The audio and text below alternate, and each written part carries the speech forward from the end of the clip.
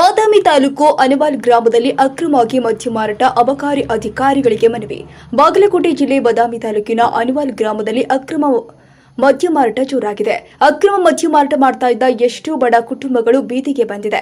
ಅನಾರೋಗ್ಯದಿಂದ ಬಳಲ್ತಾ ಇದ್ದ ಜನ ಸಾವಿಗೆ ಶರಣಾಗಿದ್ದಾರೆ. ಅಬಕಾರಿ ಅಧಿಕಾರಿಗಳು ಕಣ್ಮುಚ್ಚಿ ಕೂತಿದ್ದಾರೆ. ಯಾವುದೇ ಕ್ರಮ ಕೈಗೊಳ್ಳದಿದ್ರೆ ಡಿಎಸ್ಎಸ್ ಭೀಮವಾದ ಸಂಘಟನೆಯ ಸಂಸ್ಥಾಪಕರು ಆದ ಪರಶುರಾಮ್ ನೀಲನಾಯಕ್ ಇದಕ್ಕೆ ಬ್ರೇಕ್ ಹಾಕದಿದ್ರೆ ಅಬಕಾರಿ ಕಚೇರಿ ಮುಂದೆ ಕುಳಿತು ಉಗ್ರವಾದ ಹೋರಾಟ ಮಾಡುವುದಾಗಿ ಎಚ್ಚರಿಕೆಯನ್ನ ನೀಡಿದ್ದಾರೆ. ಆನಂದ ಚಿಲವಾದಿ, ಬಾಗಲಕೋಟೆ.